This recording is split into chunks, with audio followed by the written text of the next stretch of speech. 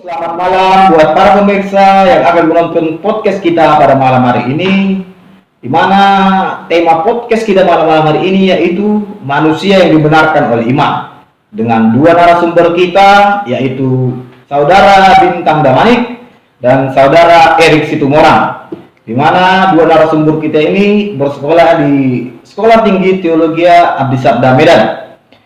Oke, baik, kita langsung saja kepada pembahasan kita yaitu manusia yang dibenarkan oleh iman.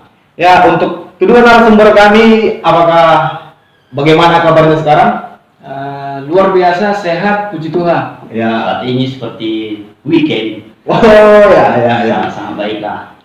Kebetulan dua narasumber kita ini bersekolah di Sekolah Tinggi Teologi Abdi Sabda Medan. Nah, pembahasan kita ini akan sangat cocok dengan dua narasumber kita ini. Jadi, saya akan pertanyaan pertama kepada Saudara Erik Situmorang. Ya. Menurut saudara, bagaimana manusia yang dibenarkan oleh iman? Jadi menanggapi pertanyaan dari host Saudara Joy, yang saya ketahui, yang paling saya ingat selama saya menempuh studi di STT Abdi Sabda, memang topik pembenaran oleh iman ini sangatlah menarik untuk dibahas, karena juga dalam mengajarkannya para dosen juga mengutamakan topik ini untuk bekal kepada mahasiswa STT Abdi Sabda untuk melanjut pelayanannya di lapangan. Nah, jadi yang saya ingat betul, konsep pembenaran oleh iman sangat ditekankan oleh salah satu tokoh yang paling kita kenal dari kitab, yaitu Rasul Paulus. Nah, di mana dalam kitab Roma dia sangat jelas memberikan konsep yang sistematis akan pembenaran oleh iman itu. Nah, jadi mungkin itu yang saya bisa sampaikan kali ini. Kembalikan kepada host. Ya, terima kasih untuk Saudara Erik yang memberikan jawaban tentang manusia yang dibenarkan oleh iman, yaitu tokoh Paulus sendiri. Ya, benar. Paulus sendiri mengangkat manusia yang dibenarkan oleh iman di kitab Roma. Ya. Kita mendengar jawaban dari Saudara Erik tentang manusia yang dibenarkan oleh iman dari tokoh Paulus sendiri. Nah, untuk Saudara Bintang, bagaimana menurut Anda tentang manusia yang dibenarkan oleh iman? Oh, ini tentu sangat menarik. Seperti yang kita ketahui, Tuhan Yesus menebus dosa manusia dengan memikul salib, seperti itu. Dan yang kita ketahui bahwa sebenarnya Yesus itu mati rela untuk berkorban untuk menebus dosa manusia. Dan tentunya dari penebusan itu, dosa manusia sudah diampuni oleh Tuhan Yesus di kayu salib. Ya, baik. Untuk para pemirsa, bagaimana menurut Anda sendiri tentang manusia yang dibenarkan oleh iman? Nah, tolong untuk para pemirsa bisa menjawabnya di kolom komentar. Nah, tadi Saudara Erik menyinggung pasal tokoh Paulus di kitab Roma mengatakan bahwa manusia dibenarkan oleh iman.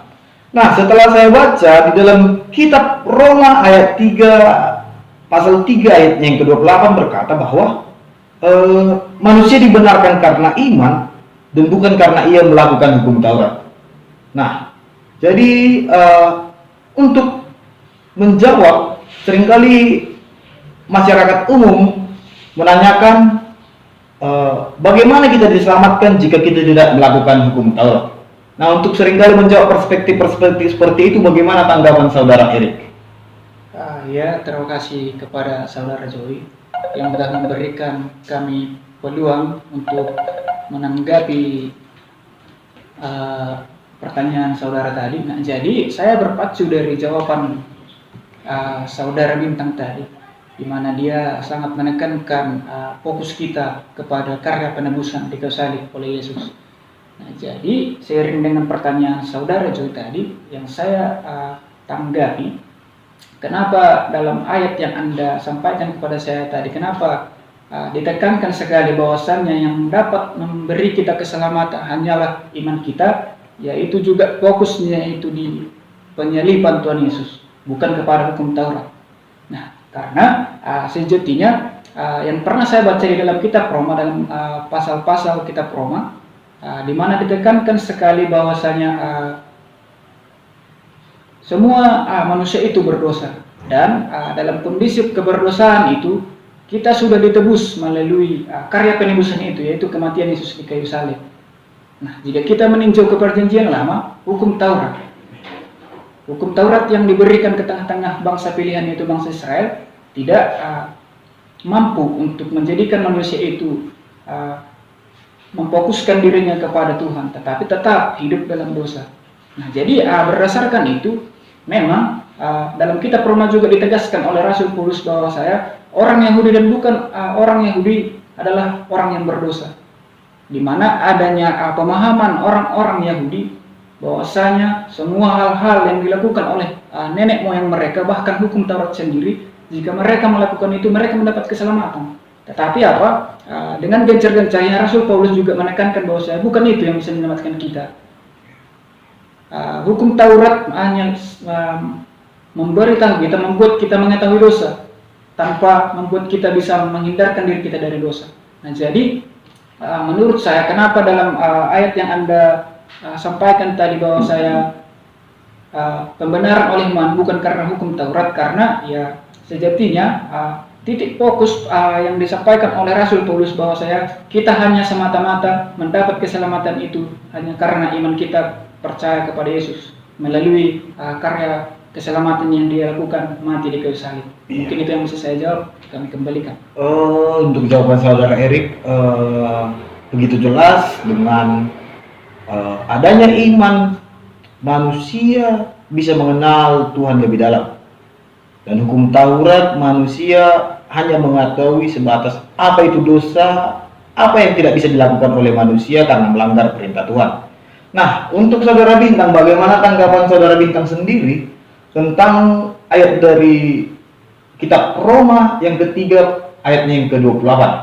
Seperti jawaban yang dikatakan oleh Erik, berarti saya menangkap bahwa keselamatan itu diberikan Allah kepada kita secara percuma-cuma. Sebagaimana Tuhan sebagai Sang Pencipta dan murah hati menebus dosa manusia dengan rela mati berkorban di kayu salib. Itu memberikan keselamatan untuk kita manusia hanya secara percuma-cuma, yang dimana dia menembus dosa kita seperti di kayu salib, dan dari situ kita bahwa Tuhan itu rendah hati dan Sang Penyelamat untuk manusia. Dan itu yang saya bisa jawab, dan kami kembalikan kepada hostess. Ya, terima kasih buat narasumber yang sudah menjawab. Nah, pada tema kita ini membahas iman. Di dalam kitab Yakobus sendiri mengatakan bahwa iman tanpa perbuatan adalah pada hakikatnya mati. Nah, manusia dibenarkan oleh iman. Bagaimana iman ini dapat bertumbuh dan berbuah di dalam manusia? Karena di kitab Yakobus sendiri mengatakan bahwa iman tanpa perbuatan itu pada hakikatnya mati. Nah, untuk kedua narasumber, bagaimana sih atau apa upaya manusia untuk menumbuh atau iman itu dapat berbuah di dalam kehidupan manusia? Bisa langsung dijawab untuk saudara Erik ataupun saudara Bintang. Mungkin saya terlebih dahulu. Yang saya pahami yaitu yang pernah saya baca, saya menekankan itu Yakobus 2 ayat 26, di mana penekanannya di situ adalah iman tanpa perbuatan sama halnya dengan mati.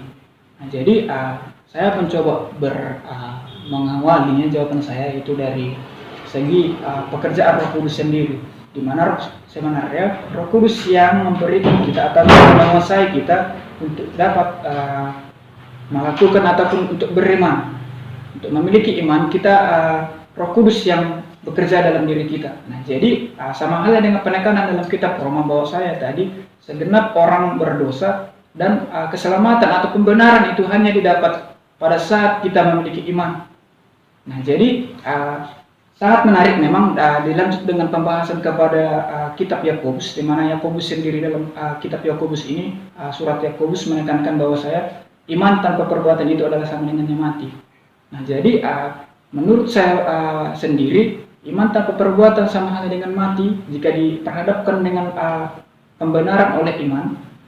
Nah, jadi yang pernah saya baca juga ayatnya yang menekankan di surat Yakobus, yaitu ibaratnya buah ataupun tanaman yang kering Ya, namanya buah yang tidak memiliki ataupun menghasilkan buah, dia menjadi kering, dia akan dibuang ke dalam perapian. Gitu.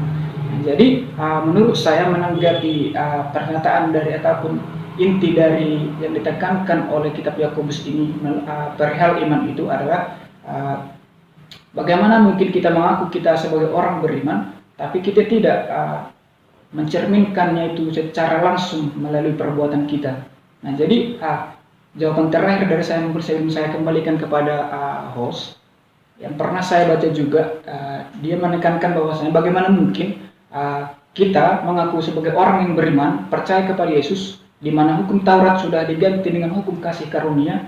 Nah, jadi bagaimana kita mengaku orang yang beriman kepada Yesus, tentunya kita harus meneladani semua perbuatan yang sudah dilakukan oleh Yesus. Hukum kasih karunia yang terbagi menjadi 5. Di mana salah satu hukum menekankan kita harus mengasihi sesama kita sama halnya dengan mengasihi Tuhan Allah kita. Nah, jadi yang pernah saya baca dalam pasal surat Yakobus menekankan yaitu bagaimana mungkin kita mengatakan kepada saudara kita, mari aku akan membentuk kau, tetapi kita tidak mau memberikan suatu hal kepada dia. Nah, jadi dari salah satu gambaran yang disebut oleh Yakobus, menurut saya iman tanpa perbuatan sama halnya dengan mati, yaitu sejatinya Roh Kudus yang mendorong kita untuk beriman. Tentunya Roh Kudus akan mendorong kita untuk melakukan semua hal yang baik, sama halnya dengan buah Roh itu sendiri yang kita bisa baca di dalam surat Galatia. Nah, mungkin itu yang bisa saya tanggapi. Kami kembalikan kepada host. Oke, baik. Dari jawaban saudara Erik mengatakan bahwa jika kita orang beriman, kita harus menunjukkan secara langsung bagaimana iman kita, iman yang kita percaya itu kita terapkan di dalam kehidupan sehari-hari untuk meneladani sikap Tuhan Yesus. Nah, untuk saudara Bintang sendiri, bagaimana menurut Anda tentang bagaimana iman itu dapat bertumbuh dan berbuah di tengah-tengah kehidupan manusia? Baiklah, seperti yang dijawab oleh narasumber Erik, tentang konsep iman ini sangat menarik di kalangan kita, apalagi di kalangan mahasiswa. Tentu iman ini harus dibarengi dengan perbuatan yang baik. Kalau perbuatan kita yang tidak baik, tetapi tidak sejalan dengan iman kita, maka itu dikatakan dengan nol. Bahwa iman itu harus dibarengi dengan hal-hal yang baik. Seperti yang dikatakan dalam Yakobus 2 ayat 26 seperti yang disebutkan oleh saudara Erik. Iman tanpa perbuatan itu adalah nol. Seperti itulah harus yang ditekankan, bahwa iman itu harus sejalan dengan perbuatan kita di kehidupan kita sehari-hari. Apabila kehidupan kita itu melempar, bahwa kehidupan ataupun perbuatan kita itu tidak sejalan dengan iman itu, maka iman di dalam hati kita itu adalah nol. Kami kembalikan kepada host. Iya, terima kasih buat narasumber yang memberikan jawaban-jawaban yang membantu kita ataupun menghilangkan rasa penasaran kita terhadap hal-hal yang berkaitan dengan iman. Nah, buat para pemirsa, bagaimana menurut para pemirsa cara ataupun proses yang dapat dilakukan agar iman yang kita miliki dapat bertumbuh dan berbuah dan dapat kita aplikasikan di tengah-tengah kehidupan lingkungan masyarakat? Jadi terima kasih buat kedua narasumber yang telah memberikan jawaban-jawaban yang sangat menarik dan pembahasan-pembahasan yang sangat menarik. Ya, terima kasih untuk saudara Erik dan saudara Bintang. Baik, buat para pemirsa, kami tutup podcast kita ini. Kami ucapkan shalom.